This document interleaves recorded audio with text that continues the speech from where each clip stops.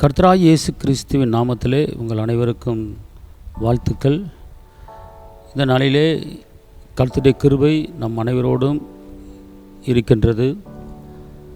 இன்று நாம் கிருபையை காத்துக்கொண்டு,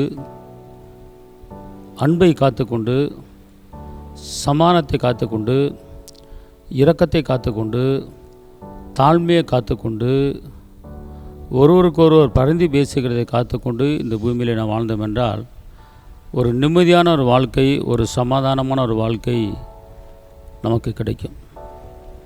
அன்பார்ந்தவர்களே, மனிதன் தனிமையாக இருப்பது நல்லது அல்ல என்று கண்டு கர்த்தர் துணை ஏற்படுத்தியிருக்கிறார். இந்த நாட்களிலே அநேக காரியங்களை குறித்து நாம் என்னத்தை கேள்விப்படுகிறோம் என்று கேட்டால், திருமணம் முடித்த குடும்பங்கள் பிரிந்திருக்கிறது. பாருங்கள், கடந்த ஒரு வாரத்தில் கிட்டத்தட்ட 20க்கு மேலே 25க்கு மேலே பிரிஞ்ச குடும்பங்கள் இருக்கிறார்கள். ஜெபமனுங்கள் என்று செய்தி வர கேட்க வேண்டியிருக்கிறது. 2 பிள்ளையை பெற்றுட்டு கணவன் பிரிஞ்சு போகிறது, அல்லது ஒரு பிள்ளையை பெற்றுட்டு எனக்கு நீ வேணாம் அப்படின்னு சொல்லி பிரிஞ்சு போகிறது. இதில் பெண்கள் பிள்ளையை கணவன் விட்டு போகிறது இருக்குது. அடுத்து பிள்ளைகள் மனைவியை விட்டுட்டு கணவன் தனியாக போகிற நிலைமையில் இருக்குது. இப்படி நிறைய காரியங்கள் இந்த நாட்களிலே இப்போது நடந்து கொண்டு இருக்கிறது. அன்பார்ந்தவர்களே, குளிர்காலம், வெயில் காலம், மழை காலம் வர்ற மாதிரி குடும்பங்களிலே பிரிவினை உண்டாகிற ஒரு காலம் இப்போ இருந்துக்கிட்டு இருக்கு. சீசன் போல் இருக்கிறது இந்த நாட்களிலே. இன்னும் ஒரு சில குடும்பங்களிலே நம்ம தலையெழுத்து அவ்வளோதான், 2 பிள்ளையை பெற்றாச்சு, உனக்கு காலம் வர வச்சு குடும்பம் நடத்த வேண்டியது அப்படின்னு சொல்லி விட்டு கொடுத்து போகிற சில மனைவிமார்கள் இருக்கிறார்கள். அன்பார்ந்தவர்களே, இயேசப்பா நம்மளுக்கு அவர் ஏற்றுக்கொண்டவர்கள் எத்தனை பேர்களோ அத்தனை பேர்களும் தேவனுடைய பிள்ளைகளாகும்படி அதிகாரம் கொடுத்துருக்கிறார். ஆனால் அந்த அதிகாரத்தை கொடுத்து அந்த பிரிவினை உண்டு பண்ணுகிற, சண்டையை உண்டு பண்ணுகிற, சமாதான குலைச்சலை உண்டு பண்ணுகிற அந்த ஆவியை விரட்டி சமாதானத்தோடு வாழ வைக்க முடியும் நம்மளால்.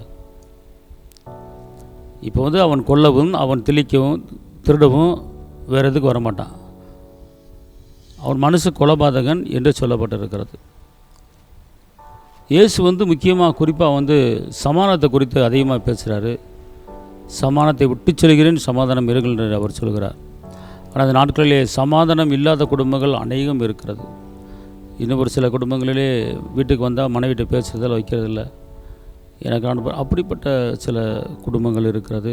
அன்பார்ந்தவர்களே, இந்த நாட்களிலே ஏன் இந்த சமாதான குலைச்சல் வருகிறது, ஏன் இந்த பிரிவினை வருகிறது, ஏன் டைவர்ஸ் கேஸ் வருகிறது, ஏன் மனைவியை கணவன் நேசிக்க முடியல அப்படின்னு கேட்டால் அதுக்கெல்லாம் ஒரே ஒரு காரணம் பார்த்துக்கொள்ளுங்க. பிரிவினை ஆவி அப்படிங்கிற ஒரு ஆவி இருக்கிறத பார்த்துக்கொள்ளுங்க. பிரிவினை ஆவி, குடும்பத்தை பிரிக்கிறதுக்குன்னு ஒரு ஆவி இருக்கிறான் பார்த்துக்கொள்ளுங்க. இப்போ 1 தீமோத்தேயுவில் பார்த்தீங்கன்னா வஞ்சிக்கிற ஆவின்னு சொல்லி ஒருத்தர் இருக்கிறான். மத்தேயு 4ஆம் அதிகாரத்தில் இயேசுக்கிட்டே ஒரு ஆவி வருது. இயேசு 40 நாள் உபவாசம் இருந்தோன்னே இந்த கல்லை அப்பமாகி சாப்பிடுன்னு சொல்லி அவரே சோதிக்கிறதுக்கு வரான். அவன் பேர், அந்த ஆவி பேர் என்னன்னு கேட்டிங்கன்னா சோதனைக்காரன். இயேசுக்கிட்ட வர்ற அந்த ஆவிக்கு பேர் என்னது? சோதனைக்காரன்.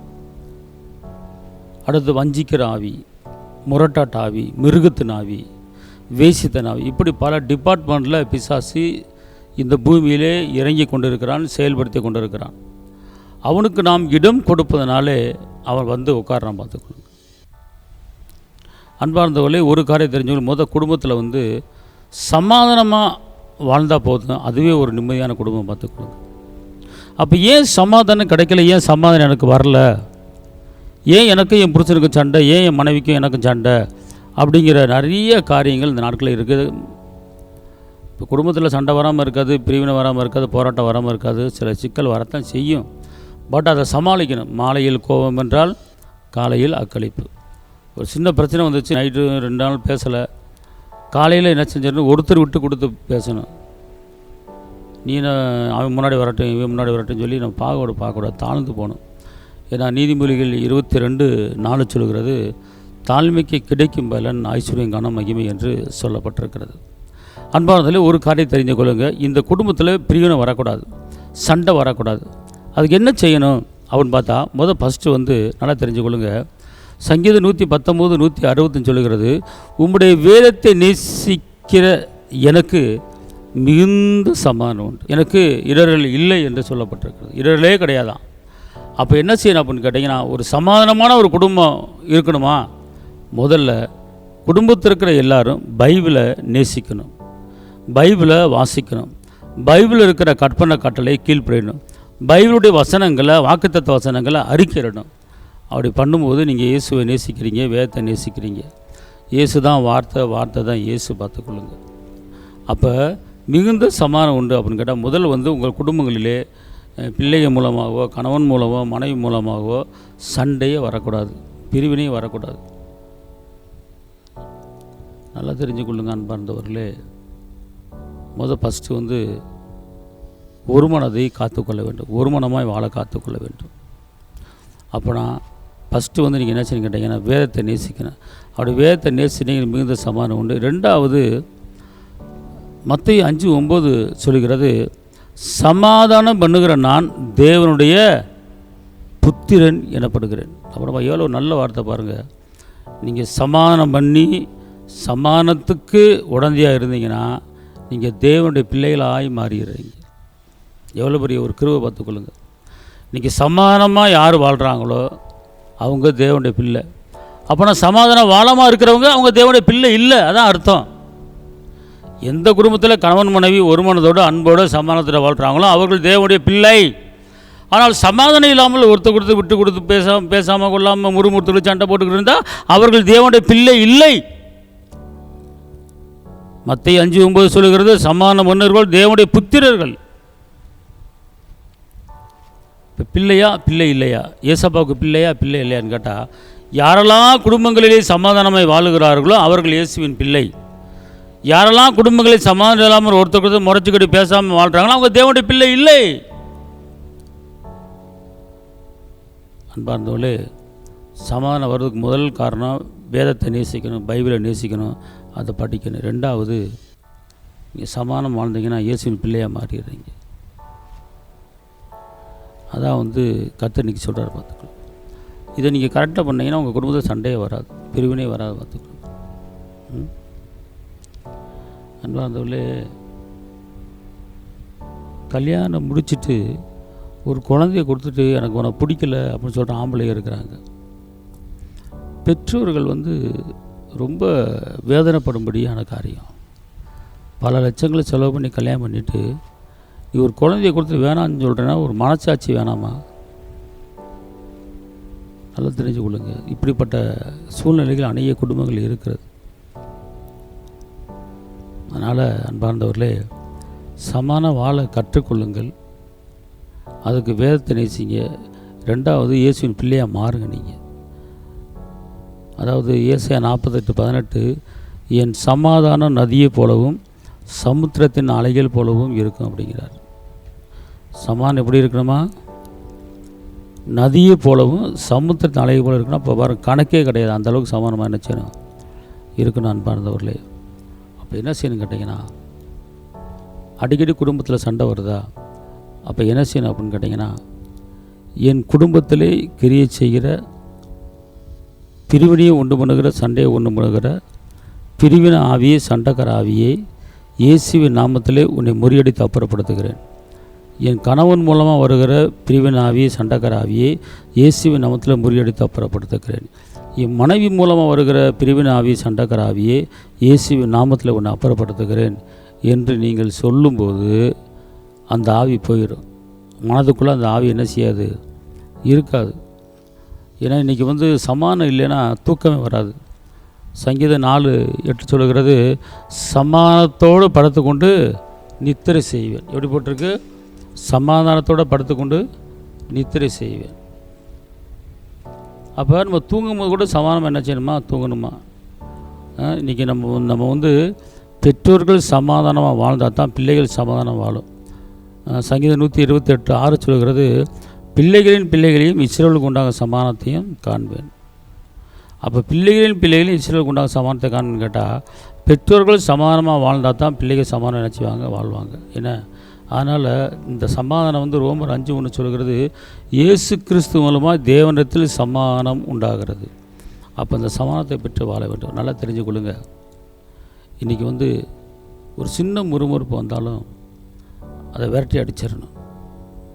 ஒருத்தருக்கு ஒருத்தர் குற்றப்படுத்தக்கூடாது. ஒருத்தருக்கு ஒருத்தர் குறை சொல்லக்கூடாது. இன்றைக்கி ஊழியம் பண்ணுகிறவர்கள் குடும்பத்தில் கூட கணவன் மனைவி பிளவு இருக்கிறது. கணவன்கிட்ட சண்டை போட்டுக்கிட்டு கணவனை பராமரிக்காமல் கணவனை கவனிக்காமல் நான் ஊழியம் பண்ணுறேன் அப்படின்னு சொல்லுகிற சில சகோதரிமார்கள் இருக்கிறாங்க. மனைவியோட சண்டை போட்டுட்டு ஊழியம் பண்ணுற சில கணவன்மார்கள் இருக்கிறார்கள். வேதம் சொல்லுகிறது, நீ சபையை கட்டுவதுக்கு முன்னால் உன் குடும்பத்தை கட்டிட்டு சபையை கட்டுங்கிறாரு. முதல் உன் குடும்பத்தை சரி பண்ணு, அப்புறம் ஊழியத்துக்கு வா அப்படிங்கிறார். இன்றைக்கி அநேக தேவ ஊழியர்கள் சின்ன சின்ன ஊழியங்கள் பார்த்திங்கன்னா சமாதானம் இல்லாமல் ஊழியம் பண்ணி கொண்டு இருக்கிறார்கள். இது நிறைய நடக்குது அன்பார்ந்தவர்களே. ஏங்களே, கிறிஸ்துவுக்குள் வாழும் எனக்கு எப்போதும் வெற்றி உண்டு அப்படின்னு சொல்லப்பட்டிருக்கு. ஆனால் இந்த சமாதானம் எப்படி நம்மளுக்கு வந்துச்சு அப்படிங்கிறத நீங்கள் உணர்ந்தீங்கன்னா சமாதானமாக வாழ்ந்துருவீங்க. கொலைச்சர் 1:20 அவர் சிலுவையில் சிந்தின இரத்தத்தினாலே நமக்கு சமாதானம் உண்டாயிருக்கிறது. அப்படின்னா இந்த சமாதானம் எப்படி வந்துச்சுன்னா சிலுவையின் இரத்தத்தில் வந்திருக்கிறது. இரத்தத்தை சிந்தி சமாதானத்தை கொடுத்துருக்கிறார் நம்ம இயேசப்பா. ஆனால் இன்றைக்கி இயேசு ஏற்றுக்கொண்டவர்கள், ரட்சிக்கப்பட்டவர்கள், ஊழியம் பண்ணுகிறவர்கள் நீ குடும்பத்தில் சமாதானமாக வாழ்கிறாங்க இல்லை. அப்போ சமாதானம் வாழ்கிறதுக்கு என்ன செய்யணும், எப்படி இருக்கணும் அப்படின்னா வேதத்தை நேசிக்கணும், அவ்வளோதான். ரெண்டாவது, சர்ப்பங்களையும் தேள்களையும் மிதிக்க உங்களுக்கு அதிகாரம் கொடுத்துருக்கிறேன், ஒன்றும் உங்களை சேதப்படுத்தாது, ஒன்றும் உங்களை சேதப்படுத்தாது. அப்படின்னா உங்கள் குடும்பத்தில் என்ன பிரச்சனை வருதோ அந்த பிரச்சனையை கொடுக்குற அந்த சத்துருவை நீங்கள் முறியடிக்க உங்களுக்கு பவர் இருக்குது, அதிகாரம் இருக்கிறது. உங்கள் வார்த்தையில் வல்லமை இருக்கிறது, உங்கள் வார்த்தையில் ஜீவன் இருக்குது, உங்கள் வார்த்தையில் உயிர் இருக்குது, உங்கள் வார்த்தையில் அற்புதம் இருக்குது, உங்கள் வார்த்தையில் அதிசயம் இருக்கிறது, உங்கள் வார்த்தையில் வெற்றி இருக்கிறது, உங்கள் வார்த்தையில் விடுதலை இருக்கிறது, உங்கள் வார்த்தையில் சுகம் இருக்கிறது, உங்கள் வார்த்தையில் சமாதானம் இருக்கிறது. அந்த வார்த்தையை வைத்து நீங்கள் சொல்லும்போது அந்த வார்த்தை வேலை செய்யும். தசிகமா துலமா துரிக்காராபாது ஷம்முரகந்தினி மலகரல. நான் சொல்கிறேன் கேளுங்க. என் குடும்பத்தில் கிரியை செய்கிற, சமானத்தை குலைக்கிற, பிரிவினை உண்டாக்குற சத்துருவை இயேசுவின் நாமத்தில் உன்னை எதிர்க்கிறேன். எபேசியர் 6:13 சொல்லுகிறது, தீங்கு நாளிலே அவைகளை எதிர்ங்க அப்படிங்கிறார். எபேசியர் 6:13 ஒரு தீங்கு வந்தால் அந்த நாளில் நீங்கள் என்ன செய்யணுமா, எதிர்க்கணுமா. எதை எதிர்க்கணும்? பிரிவினை ஆவிய, சண்டைக்கார ஆவிய எதிர்க்கணும். அப்போ என்ன செய்யணும்? என் குடும்பத்தில் கிரியை செய்கிற பிரிவினை ஆவியே, என் குடும்பத்தில் கிரியை செய்கிற சண்டைக்கார ஆவியே, இயேசுவின் நாமத்திலே எபேசியர் 6:13 படி உன்னை நான் எதிர்க்கிறேன், என் குடும்பத்தோடு வெளியேறு அப்படின்னு சொன்னீங்கன்னா வெளியேறிடும். பிரச்சனையே வராது, சண்டையே வராது. பார்த்துக்கொள்ளும், சமாதானம் வாழ கற்றுக்கொள்ளுங்கள் அன்பார்ந்தவர்களே. நீ குடும்பங்களிலே பார்த்தீங்கன்னா எத்தனையோ குடும்பங்கள் பார்த்துக்கொள்ளும் சந்தேகத்தின் ஆவி மூலமாக பிரிவினை. என்ன செய்யணும்? சந்தேகப்படுகிறவன் காற்றில் அடிக்கிற கடல் அலைக்கு ஒப்பாருக்கிறான். மனைவியை சந்தேகப்படுறாங்க, கணவனை சந்தேகப்படுறாங்க. அப்போ சந்தேகம் வருதா? உடனே இயேசுவின் நாமத்தில் என் குடும்பத்தில் கிரியை செய்கிற சந்தேகத்தின் ஆவியே இயேசுவின் நாமத்தில் வெளியே போ அப்படின்னு சொன்னீங்கன்னா அது போயிடும். இந்த ஆற்றல் சக்தி உங்களுக்குள்ளே இருக்கிறது, இந்த ஆளுக்கு சக்தி உங்களுக்குள்ளே இருக்கிறது. சர்ப்பங்களையும் தேள்களையும் மிதிக்க உங்களுக்கு அதிகாரம் இருக்குது. அன்பார்ந்தவர்களே, நீங்கள் வெளியேற்றணும், நீங்கள் வெளியேற்றணும் ஆவிகளை. சமாதானம். இன்றைக்கி எத்தனையோ வாலிப பிள்ளைகள் 20 வயசில் கல்யாணம் முடிச்சுட்டு 25 வயசில் டைவர்ஸ் கேஸில் நிற்கிது, 2 பிள்ளைகளை வச்சுட்டு. போராட்டம் போராட்டம் போராட்டம். இன்றைக்கி டைவர்ஸ் கேஸ் எது அதிகமாக இருக்குதுன்னு கேட்டால் கிறிஸ்தவர்களுடைய டைவர்ஸ் கேஸ் தான் நம்ம நாட்டிலே அதிகமாக இருக்கான். பாருங்கள், கிறிஸ்தவர்கள் எவ்வளோ நல்ல சாட்சி பார்த்தீங்களா? கிறிஸ்தவர்கள் டைவர்ஸ் கேஸ் தான் கோர்ட்டில் அதிகமாக இருக்குன்றாங்க. அப்போ எந்த அளவுக்கு சத்தியத்தை படிச்சிருக்கிறாங்க நல்லா கவனிங்க அன்பார்ந்தவர்களே. நம்ம 4 பேத்துக்கு சமாதானத்தை போதிக்கணும், நம்ம 4 பேத்துக்கு அன்பை போதிக்கணும், நம்ம 4 பேத்துக்கு இயேசுடைய இரக்கத்தை போதிக்கணும். ஆனால் இன்றைக்கி நம்ம கேஸு டைவர்ஸ் கேஸ் அதிகமாக இருக்குன்னு சொல்கிறாங்க. ஆனால் அன்பார்ந்தவர்களே, மன்னிக்கிற தன்மையோடு வாழுவோம், தவறை சுட்டி காட்டி வாழ வேண்டாம். ஒரு தவறு செய்திருக்கலாம், நடந்திருக்கலாம், மன்னிப்போம், மன்னித்து வாழ்க்கை நடத்துவோம். அன்பார்ந்தவர்களே, இந்த நாளிலே தயவுசெய்து ஒரு மனமாய் வாழ கற்றுக்கொள்ளுங்கள். சகோதரர்கள் ஒருமித்து வாசமனை எத்தனை இன்மை ஏற்றதமாக இருக்கிறது. அன்பார்ந்தவர்களே, நான் அப்படி தான் ஒரு குடும்பத்தில் சண்டை போட்டு புரிச்சங்கார எங்கேயோ போயிட்டா. அப்படி நான் என்ன பண்ணேன், அவங்க எனக்கு பிரச்சனை காணா எங்கேன்னு தெரில, சண்டை விட்டு போயிட்டார். அப்போ நான் அந்த கொலைச்சல் 1:20 இயேசு சிலுவையில் சிந்தின இரத்தத்தினால எனக்கு என் கணவருக்கு சமாதானம் உண்டாயிருக்கிறது, அவர் எங்கே இருந்தாலும் இயேசுவின் நாமத்தில் வருவதாக அப்படின்னு சொல்லிவிட்டு, அடுத்து எபிரேயர் 1:13-14 படி, பணிவிடை தூதரே, பணிவிடை ஆவிகளே, என் கணவர் எங்கே இருந்தாலும் கொண்டு வந்து என்கிட்ட சேர்க்கும்படி இயேசுவின் நாமத்தில் சொல்கிறேன்னு சொல்லி அந்த ஏஞ்சல் தூதர்களுக்கு நீங்கள் கட்டளை போடணும். கட்டளை போடும்போது அவங்க புருஷன் எங்கே இருந்தாலும் கொண்டு வந்து விட்டுருவார். இப்படி சொல்லி கொடுத்தேன். இப்படியே அவர்கள் ஜெபித்தார்கள். கணவர் நிறைய பணத்தோடு வந்து வீடு வந்து சேர்ந்தார். நான் தெரியாமல் போய்ட்டே மன்னிச்சுக்கோன்னு சொல்லிட்டு வந்து சேர்ந்துட்டார். நம்ம செய்ய வேண்டிய வேலையை செய்யாதனால தான் இன்றைக்கி வந்து பயங்கர போராட்டங்கள். அன்பானவர்களே, அழிந்த நாளிலேயே சமாதானம் வாழுங்க. பிரிஞ்சு போக முயற்சி பண்ணாதீங்க, சேர்ந்து வாழ முயற்சி பண்ணுங்கள். தேவன் இணைத்ததை மனிதன் பிரிக்காதிருக்க கடவன் என்று சொல்லப்பட்டிருக்கிறது. அதனால் கூடிய மட்டும் எல்லாரிடத்திலும் சமாதானம் என்று சொல்லப்பட்டிருக்கிறது. சமாதானம் வாழ்வோம், நான் உங்களுக்காக ஜெபிக்கிறேன். ஒரு மனமாய் வாழ்வோம், நான் உங்களுக்காக ஜெபிக்கிறேன். தயவுசெய்து டைவர்ஸு அதுன்னு போகாதீங்க. கர்த்தர் உங்களை ஆசீர்வதிப்பார். நான் ஜெபிக்கிறேன். தகப்பனை இயேசுவே, நன்றியோடு துதிக்கிறேன், ஸ்தோத்திரிக்கிறேன். உன்னதரையுமே துதிக்கிறேன், உயர்ந்தவரையுமே துதிக்கிறேன், நட்புதரையுமே துதிக்கிறேன், அதிசயரையுமே துதிக்கிறேன். சமாதானத்தில் கூட படுத்து கொண்டு திருச்சி என்ற வசனத்தின்படி தேவ பிள்ளைகள் சமாதானமை வாழ சொல்கிறேன். ஆண்டவருடைய வேதத்தை நேசியவர்களில் மிகுந்த சமாதானம் உண்டு, எனக்கு இடரில்லை என்ற வசனத்தின்படி ஆண்டவரை சமாதானமாய் வாழ கிருபை தாங்க. ஒருத்தரும் வாழ்ந்திருக்கும்படி, உயர்ந்திருக்கும்படி, செழித்திருக்கும்படி, பெருகும்படி கிருபை தாங்க. கற்பத்துக்கணி கர்த்தர் அவர் சுதந்திரம். ஆண்டவரை பிள்ளைகளுக்கு கற்பத்துக்கணியை தாங்க ஒரு முனை வாழ கற்றுக்கொள்ள கொடுக்க கிருபை தாங்க. ஆண்டவரை என் இறுதியம் கலங்காமலும் பயப்படாமலும் சமாதானத்தில் எப்போதும் இருப்பதா என்ற வசனத்தின்படி, இயேசு கிறிஸ்து மூலமாக தேவத்தில் சமாதானம் பெற்றிருக்கின்ற வசனத்தின்படி, சமாதானம் இருக்கும்படிக்கு தேவனை அழைத்திருக்கிறார் என்ற வசனத்தின்படி, யாவரோடும் சமாதானம் இருக்கும், பரிசுத்தமாக இருக்கவும் நாடு என்ற வசனத்தின்படி, கர்த்தர் தம்முடைய முகங்களில் பிரசன்னமாகி எனக்கு சமாதானத்தை கட்டளிடுவார் என்ற வசனத்தின்படி சமாதானத்தாங்க. ஆண்டவரே, ஒருவரையும் ஆசீர்வதிங்க, பலப்படுத்துங்க. பிரிந்த குடும்பங்கள் ஒன்று சேர்வதாக இயேசுவின் நாமத்தில் பிதாவே, ஆமென் ஆமென். கர்த்தர் உங்களை ஆசீர்வதிப்பார். அல்லேலூயா. தேவனுக்கு மகிமை.